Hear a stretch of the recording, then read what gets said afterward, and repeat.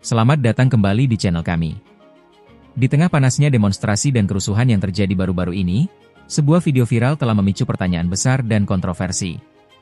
Video tersebut memperlihatkan seorang pria yang diduga anggota Badan Intelijen Strategis, BAIS, TNI ditangkap oleh anggota Brimob Polri. Namun, bukan hanya penangkapannya yang menjadi masalah. Identitas pria tersebut, lengkap dengan kartu anggota BAIS-nya, tersebar luas di media sosial. Insiden ini sontak memicu spekulasi tentang apa yang sebenarnya terjadi. Lalu, apa respons resmi dari TNI? Mengapa seorang intelijen berada di tengah aksi demonstrasi? Dan apa artinya insiden ini bagi hubungan antara TNI dan Polri?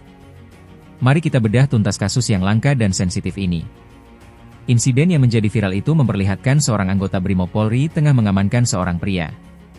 Dalam sebuah foto yang beredar, kartu anggota atau KTA BAIS milik pria tersebut terlihat jelas, terekspos ke publik. Situasi ini memaksa Wakil Panglima TNI, Jenderal Tandjo Budi Revita, untuk memberikan tanggapan resmi. Dan jawabannya sangat lugas. Jenderal Tandjo menegaskan bahwa identitas anggota intelijen yang ditangkap seharusnya tidak diungkapkan ke publik. Begitu ini ditangkap kemudian keluar seperti itu, harusnya yang menangkap itu tidak menyebarkan itu, karena kan intelijen, ungkap Tandjo. Pernyataan ini adalah kritik halus namun jelas terhadap prosedur yang dilakukan oleh oknum anggota Polri di lapangan. Ini menunjukkan adanya potensi ketegangan dan perbedaan prosedur antara dua institusi keamanan terbesar di Indonesia. Lalu, muncul pertanyaan, mengapa seorang intelijen TNI berada di tengah-tengah demonstrasi? Jenderal Tandjo menjelaskan bahwa ini adalah bagian dari tugas dan metode kerja intelijen. Menurutnya, tugas anggota intelijen adalah mengumpulkan informasi.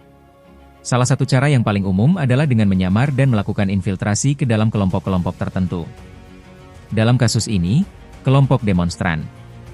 Saya sampaikan ya, namanya orang memberikan informasi itu kan kita harus masuk di dalamnya, itu kita ikut mereka, kegiatan mereka, kata Tandjo. Hal ini menunjukkan perbedaan peran antara Polri dan TNI di lapangan. Polri, khususnya Brimob, bertugas untuk menjaga ketertiban, melakukan pengendalian massa, dan mengamankan situasi. Sementara itu, intelijen TNI bertugas mengumpulkan data dan informasi strategis yang mungkin tidak bisa didapatkan dari luar. Jenderal Tandjo juga memberikan saran, jika ada informasi yang mencurigakan, pihak yang menemukan harus mengonfirmasi langsung ke pihak kepolisian terdekat, bukan menyebarkannya ke publik. Insiden ini memiliki konsekuensi serius, baik bagi individu maupun institusi. Bagi anggota intelijen, identitasnya telah terbongkar. Ini berarti penyamarannya sudah tidak efektif, keselamatannya terancam, dan karirnya di bidang intelijen kemungkinan besar telah berakhir. Ini adalah pelanggaran keamanan yang sangat serius. Bagi TNI, insiden ini bisa dianggap sebagai aib dan kegagalan dalam menjaga kerahasiaan operasional. Ini juga secara tidak langsung membuka sedikit tabir tentang bagaimana intelijen militer bekerja di lapangan. Bagi hubungan TNI-Polri, kejadian ini menunjukkan adanya potensi gesekan dan kurangnya koordinasi di lapangan. Publik menjadi saksi atas perbedaan prosedur dan mungkin juga ego sektoral antara kedua lembaga ini. Meskipun Jenderal Tandjo memilih untuk tidak berkomentar lebih lanjut tentang kasus penangkapan spesifik, pernyataannya sudah cukup untuk menggarisbawahi pentingnya kerahasiaan dalam tugas intelijen dan menegaskan bahwa apa yang terjadi adalah sebuah kesalahan. Insiden viral ini, yang awalnya terlihat sebagai kericuhan biasa, ternyata membuka jendela langka ke dunia yang sangat rahasia.